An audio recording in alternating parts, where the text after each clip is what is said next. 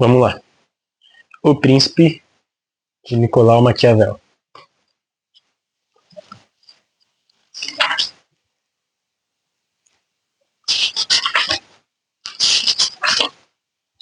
Prefácio. Há duas boas razões para ler este livro. Primeira, assim você vai saber do que todos estão falando ao usarem o termo maquiavélico. Particularmente, nas análises políticas, tal adjetivo se tornou tão comum que é muitas vezes usado fora de contexto.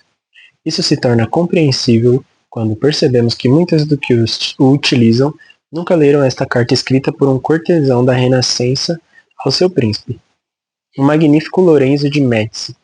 Assim sendo, uma maior familiaridade com esta obra é sem dúvida necessária para a compreensão mais aprofundada do termo que, como devem saber, se refere ao sobrenome do autor Maquiavel. Segunda, este livro descreve muito bem a maior parte das situações de controle e influência. As observações e regras maquiavélicas serão geravelmente válidas. Assim, se tudo correr bem, você também irá descobrir que Maquiavel não é tão mau quanto acabou sendo afamado na cultura popular. O seu trabalho aqui foi simplesmente descrever as regras do jogo do poder, que já existiam muito antes dele ter nascido e ainda existirão por muito tempo. Quem sabe durante toda a história humana, ao menos enquanto perdurarem a competição e o egoísmo. As regras maquiavélicas não são nem boas nem más, em si mesmas. Tudo o que elas fazem é descrever um processo. O que é bom ou mal é o uso que as pessoas que compreenderiam tais regras fazem delas quando alcançam posições de poder, considerando que vivemos numa sociedade que julgar as suas ações de acordo com a lei e os princípios ético-religiosos mais essenciais. Quando esses princípios são suprimidos, como na Alemanha nazista, na Idade das Trevas medieval ou sob regimes comunistas totalitários, as regras maquiavélicas vestem o seu manto demoníaco, mas isso ocorre simplesmente porque elas passam a servir os interesses demoníacos de seus príncipes. Já em sociedades democráticas, que são perfeitamente capazes de regular e restringir o poder de seus governantes, o pensamento contido nesta obra pode produzir excelentes resultados. Um belo exemplo foi o uso que Abraham Lincoln fez de tais regras, vencendo os seus adversários políticos de forma legítima e encerrando a escravidão em seu país.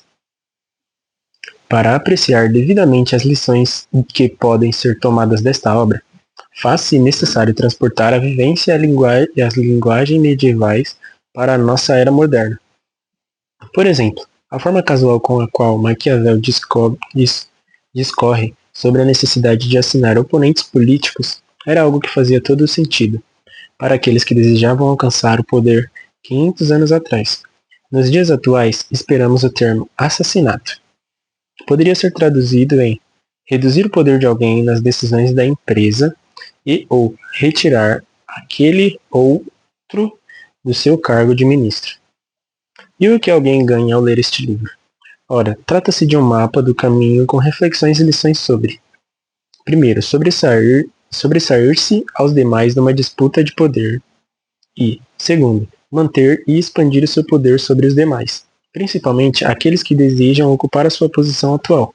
Esta obra fala sobre colocar a conquista dos seus objetivos acima de qualquer outras considerações, sem espaço para piedade com aqueles que se encontram na mesma competição.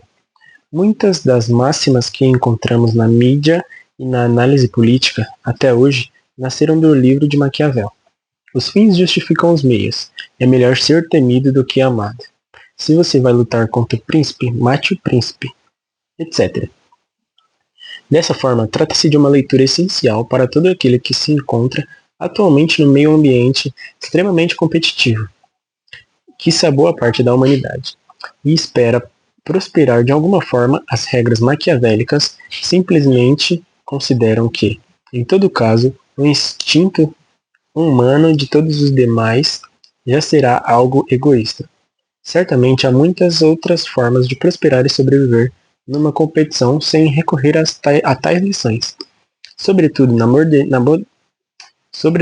modernidade, Nos países de IDH, Índice de Desenvolvimento Humano, mais elevado, temos inúmeros exemplos de empreitadas altruístas e colaborativas, que têm dado muito certo, mas seria ingenuidade considerar que tais exemplos já são a regra, não a exceção. Assim sendo, esta obra continua sendo muito atual para o bem ou para o mal. Muitos dos políticos e diretores executivos do nosso tempo são ao menos em partes maquiavélicos. O truque é usar o poder para objetivos nobres. Assim, todos os políticos e executivos que se sobressaíram aos demais, vencendo eleições ou competições internas nas suas empresas, se acaso contaram com a ajuda de Maquiavel. Não necessariamente serão maus. Tudo dependerá, no final das contas, de como eles utilizarão o poder adquirido. Ora, numa sociedade onde o poder absoluto é constantemente combatido e há certas regras e limites para o que um príncipe pode fazer com seu poder, toda essa competição não será de todo ruim. Como numa disputa darwiniana, é esperado que aqueles que alcançaram o topo sejam os que detêm as melhores condições para liderar. Portanto, se é verdade que esta obra é uma poderosa ferramenta para galgar o poder, considere fazer uso dela com toda a responsabilidade. Acima de tudo, considerando que a maldade está muito mais no uso que os príncipes fazem do poder do que no poder em si.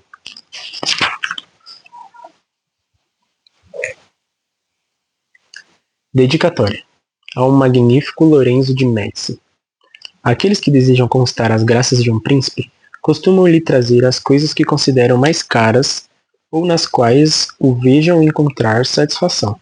Por isso lhes são oferecidas cavalos, armas, tecidos de ouro, pedras preciosas e outros ornamentos semelhantes, dignos da sua grandeza. Assim sendo, desejando me oferecer a vossa magnificência como testemunho qualquer da minha submissão. Não encontrei, entre as minhas posses, coisa a mim mais cara do que tanto considere quanto o conhecimento das ações dos grandes homens, conquistando através de uma longa experiência das coisas modernas e uma contínua lição das antigas. Após haver longamente refletido e examinado, com grande cuidado, agora é este conhecimento que, reduzido a um pequeno volume, envio a vossa magnificência. E ainda que julgue esta obra digna de vulto de vossa magnificência, mesmo assim confio que ela deverá ser aceita. Considerando que de minha parte não lhe possa ser conferido maior presente, senão de lhe conceder a faculdade de poder. Em tempo assaz breve, compreender tudo aquilo que eu também, em tantos anos, com tantos incômodos e perigos, vim a conhecer. Não ornamentei esse trabalho, nem o enchi de períodos sonoros ou de palavras estilosas e magníficas, ou de qualquer outra figura de retórica ou truques com os quais muitos costumam desenvolver e enfeitar as suas obras. E isto porque não quero que outra coisa o valorize, a não ser a variedade da matéria e a gravidade do assunto a tornarem-no agradável.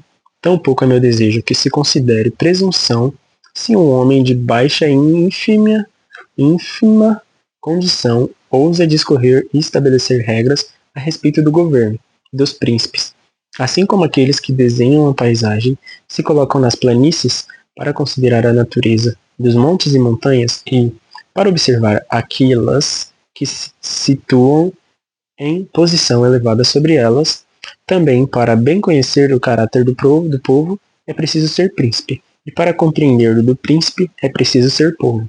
Receba, assim, vossa magnificência, este pequeno presente, com aquele intuito com que o envio.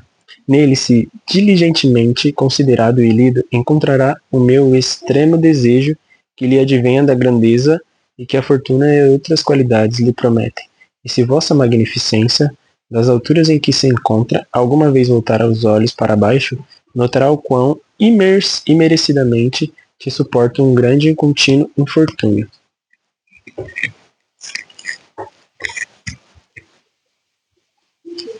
Oi!